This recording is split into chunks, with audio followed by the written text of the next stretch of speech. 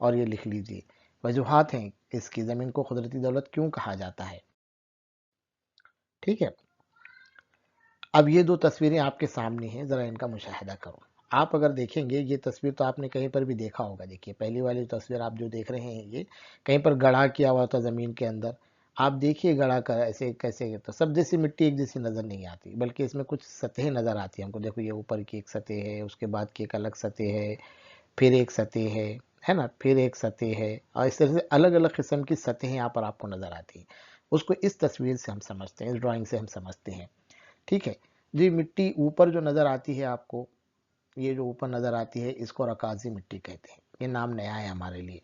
رکازی مٹی کسے کہتے ہیں میں آگے بتاؤں گا ابھی آپ کو. ٹھیک ہے. رکازی مٹی کہتے ہیں. اب رکازی مٹی کے نیچے جو مٹی کی تہ ہے دکھ رہی ہے آپ یہاں پر، اس کو آپ مٹی کہتے ہیں. رکازی مٹی اور مٹی میں فرق ہے. ٹھیک ہے.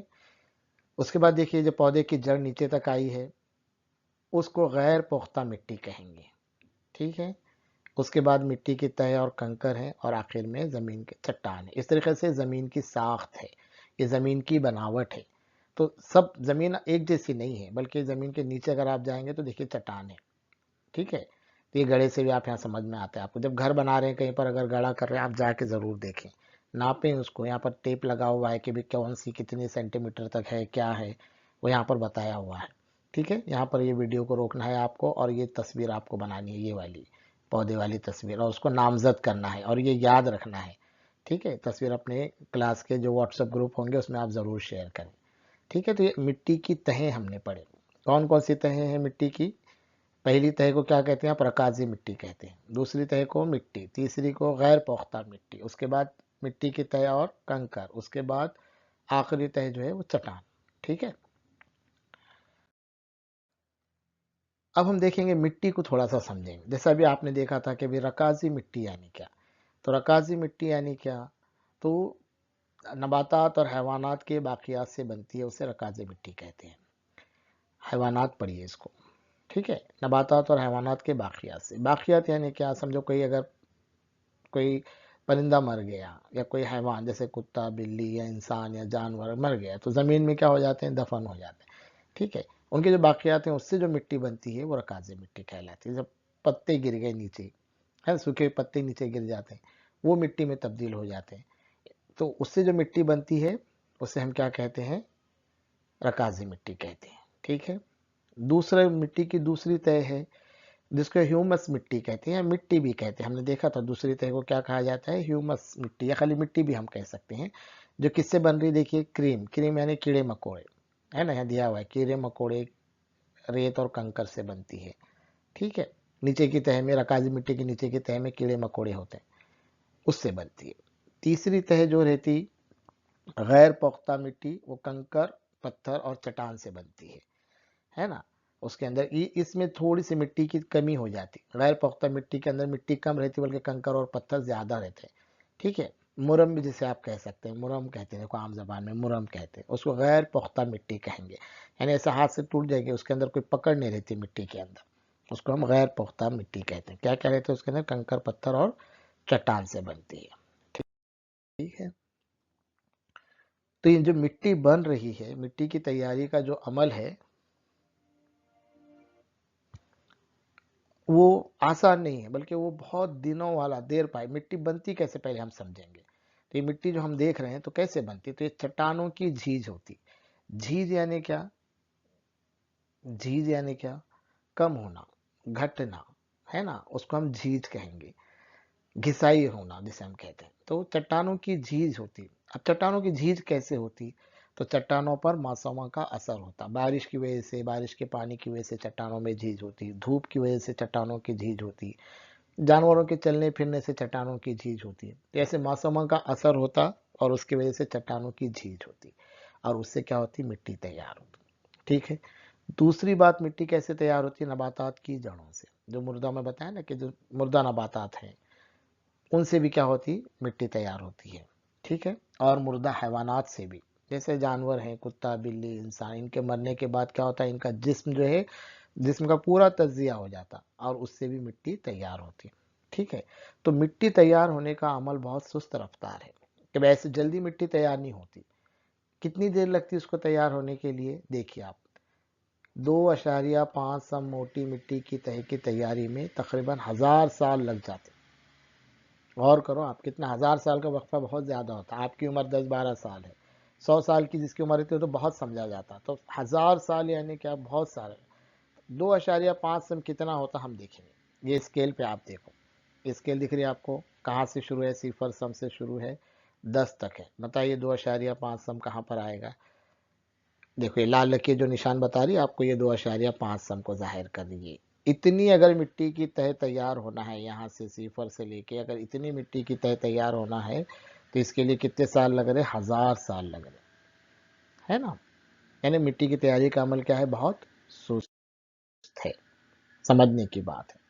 اس کے علاوہ جو رکازی ایندھن جو زمین سے مل رہے ہم کو، وہ کیسے تیار ہوتے ہیں؟ اس کے بھی تیاری کا عمل ہے۔ کیا ہو گیا کہ جو ہم زمین ابھی دیکھ رہے ہیں، کئی مرتبہ کیا ہوتا ہے زمین کی اتھل پتھل ہو جاتی۔ اتھل پتھل ہونا مطلب سمجھو زلزلے آ گئے، سیلاب آ گئے، ہے نا؟ زلزلے سے کیا ہوتا، ملبہ اندر زمین میں دھس جاتا۔ تو ایسے اسی وجہ سے زمین کی اتھل پتھل کی وجہ سے زمین میں جنگل کیا ہو گئے؟ دفن ہو گئے۔ دفن ہونے کے بعد جانداروں کے جو باقیات ہیں، نباتات اور حیوانات، وہ زمین میں دب گئے نیچے گہرائی تک جا کر، اور انہی سے کیا ہوتا ہے؟ رکازی ایندھن بننے کا عمل شروع ہوتا ہے۔ اسی سے ہم کو کیا ملتا ہے؟ معدنی تیل، جیسے پیٹرول، ڈیزل، ہے نا؟ تارکول، تارکول یعنی کیا، جو روڈ کی بنانے کی تیاری میں کالے رنگ کا ہوتا ہے، عام زبان میں اس کو ڈامر بھی کہتے ہیں۔ ایسے مفید شیئیں ہم کو کہاں سے حاصل ہونے؟ زمین سے حاصل ہوتی ہے، ٹھیک ہے؟ ان کو کیا بولیں گے ہم؟ رکازی ایندھن کہتے ہیں۔ پیٹرول، ڈیزل، ان کو ہم کیا کہتے ہیں؟ رکازی ایندھن کہتے ہیں۔ اس کو یاد رکھیے آپ، ٹھیک ہے؟ تب دیکھیں گے اگر ہم، تو زمین پر وسائل محدود ہیں۔ ہم نے اس سے پہلے ہوا کے بارے میں پڑھا، پانی کے بارے میں پڑھا، ہے نا؟ قدرتی وسائل کون کون سے، آج ہم نے زمین کے بارے میں پڑھا، ٹھیک ہے؟ تو بہت سارے وسائل ہیں کیا؟ نہیں، محدود ہیں، ان کی ایک حد ہے، کبھی ختم ہو جائیں گے۔ جیسے ہم نے دیکھا تھا کہ صرف 0.3% پینے کے لائق پانی، میٹھے پانی کے ذخیرے ہم نے دیکھے تھے، 0.3% ہے، ٹھیک ہے؟ 29% زمین ہے، باقی پورا سمندر ہے۔ ہم نے دیکھا تھا کہ 29% زمین ہے، باقی پورا سمندر ہے۔ اگر زمین اسی زمین پر جنگل ہیں، اسی زمین پہ ہم لوگ رہ رہے ہیں، صرف 29% ہے، باقی پانی سے گھرا ہوا ہے، تو کم ہے وسائل۔ ساتھ ہی ساتھ ہوا کی جو آکسیجن ہم کو لگتی ہے، ہوا میں آکسیجن ہے، پوری ہوا آکسیجن ہے کیا؟ نہیں ہے، بلکہ ہوا میں 21% آکسیجن ہے، یہ بھی کم ہے۔ تو اس کا مطلب کیا ہے کہ بھی وسائل، زمین پر جو وسائل ہیں محدود ہیں، اس لیے ہمیں کیا کرنا ہے؟ وسائل کا کفایت سے استعمال کرنا چاہیے، ہے نا؟ جیسے ہم نے ہر بار دیکھا کہ بھی اگر آپ پیڑ پودے لگائیے تو کاٹو مت، زمین کی حفاظت کرو، جنگل ہے تو جنگلوں کی حفاظت ہونی چاہیے، پینے کا پانی ہے ان کی حفاظت ہونی چاہیے، ہوا کو آلودہ ہونے سے بچانا ہے، تبھی جا کے کیا ہوگا؟ ان کا استعمال صحیح ہوگا اور کفایت سے ہوگا، ٹھیک ہے؟ اس کو تھوڑا سمجھنے کی ضرورت ہے۔ اب ہم دیکھیں گے کہ ہم 4 ویڈیو ہم نے دیکھا ہے، 4 ویڈیو ہم نے ابھی تک بنائے ہیں قدرتی وسائل پر۔ ان چاروں ویڈیو میں ہم نے کیا سیکھا؟ تو ہم نے دیکھا سب سے پہلے ویڈیو میں کہ بھی بنیادی جو ضرورتیں ہیں جانداروں کی، بنیادی ضرورتیں یعنی کیا ہیں؟ جیسے کھانا ہے، غذا ہے نا؟ مکان ہے، اور جس کو بولیں گے ہم کپڑے ہیں۔ تو بنیادی ضرورتوں کو پورا کرنے کے لیے ہم کیا کرتے ہیں؟ قدرت سے حاصل ہونے والے اجزاء استعمال کرتے ہیں، انہیں کو ہم کیا کہیں گے؟ قدرتی وسائل کہیں گے، ٹھیک ہے؟ اپنی ضرورتوں کو پورا کرنے کے لیے جو قدرت سے ہونے والی چیزیں ہم استعمال کرتے ہیں، اس کو ہم کیا کہتے ہیں؟ قدرتی وسائل کہتے ہیں۔ تو ہوا، پانی اور زمین اہم قدرتی وسائل ہیں، بہت سارے قدرتی وسائل ہیں، لیکن ہوا، پانی اور زمین ہم لوگ پڑھ رہے ہیں، یہ اہم قدرتی وسائل ہیں۔ زمین اور مٹی ایک نہیں ہے نا؟ زمین الگ چیز ہے اور مٹی الگ چیز ہے۔ ابھی پڑھے ہم اسی ویڈیو کے اندر پڑھے، دیکھو زمین کیا ہے؟ زمین پورا سیارہ جسے ہم کہیں گے، جس کے اوپر پانی بھی ہے نا؟ زمین پوری وہ کہلاتی۔ لیکن مٹی، زمین پر کی جو مٹی ایک الگ چیز ہے، بلکہ ان میں فرق ہے، ہم نے دیکھا ہے دونوں کے اندر، ٹھیک ہے؟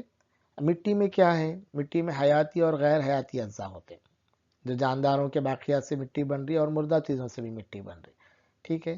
ساتھ ہی ہم نے ہوا کے بارے میں دیکھا کہ ہوا مختلف گیسوں کا آمیزہ ہے، جس کے اندر ہم نے دیکھا کہ ہوا کے اندر آکسیجن ہے، ہوا میں نائٹروجن ہے جو سب سے زیادہ گیس ہے نائٹروجن، اس کے علاوہ کاربن ڈائی آکسائڈ ہے، اس کے علاوہ غیر عامل گیسز ہم نے دیکھا تھا، پانی کے بخارات ہیں، آبی بخارات ہم جسے کہتے ہیں۔ اس لیے ہوا مختلف گیسوں کا آمیزہ ہے۔ اس کے بعد ہم نے سیکھا تھا، دیکھیے کہ زمین کے اطراف اوزون کی تہ ہے، ہوا کا غلاف ہے نا، کرۂ آیونی، کرۂ بیرونی، کرۂ متغیر ہم نے دیکھا تھا۔ تو اوزون کی تہ کیا کرتی ہے، یہ ہمارے زمین کی ایک غلاف کے طور پہ کام کرتی ہے، ہوا کا غلاف ہے جو ہمارے زمین کی کیا کرتی ہے، سورج کی تیز شعاؤں سے اس کی ہماری حفاظت کرتی ہے۔ تو اس لیے ہم نے دیکھا کہ قدرتی وسائل کا احتیاط سے اور کفایت سے استعمال کرنا کیا ہے، ضروری ہے۔ اگر بے تحاشا استعمال کریں گے تو قدرتی وسائل ایک دن کیا ہو جائیں گے، ختم ہو جائیں گے۔ ٹھیک ہے، یہاں پر اس ویڈیو کو رکانا ہے اور آپ کو لکھنا ہے۔ تو آپ لوگوں کا بہت بہت شکریہ، امید ہے کہ آپ کو ہمارے ویڈیو پسند آ رہے ہیں۔ اگر آپ کو ہمارے ویڈیو پسند آ رہے ہیں تو ضرور ہمارے اس چینل کو آپ سبسکرائب کریں، لائک کریں اور دوستوں کے ساتھ اپنے ویڈیو کو شیئر کریں۔